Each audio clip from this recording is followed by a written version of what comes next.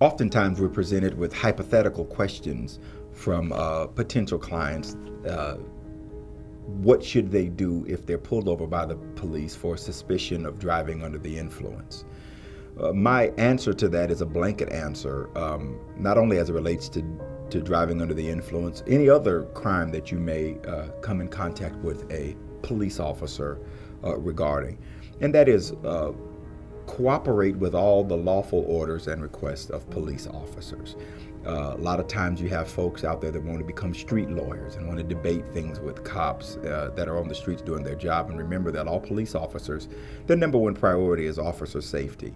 That's personal to anyone. I was a police officer a long time, and officer safety is a great priority for police officers. They want to get back home to their families. However, police officers do have a framework, a body of laws that they must follow as it relates to search and seizure, use of force, questions they can lawfully ask and cannot ask.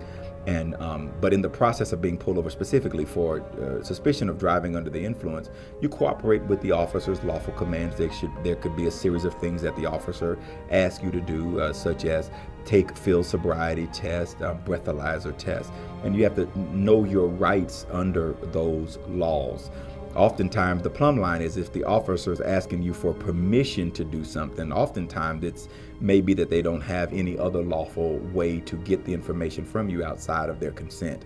If the traffic stop specifically was for driving under the suspicion of driving under the influence, the officer would need to detail in his report and explain to you to some degree the reason why he pulled you over and how he established that suspicion, that reasonable suspicion that you could possibly be driving under the influence. Were you speeding, driving too slow, swerving outside of the lanes? Did you stop beyond the limit line?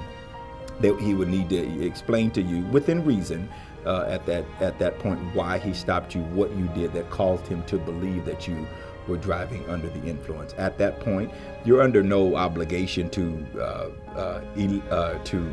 give any information that would be used against you in an adverse manner, that could be used against you to prove your guilt.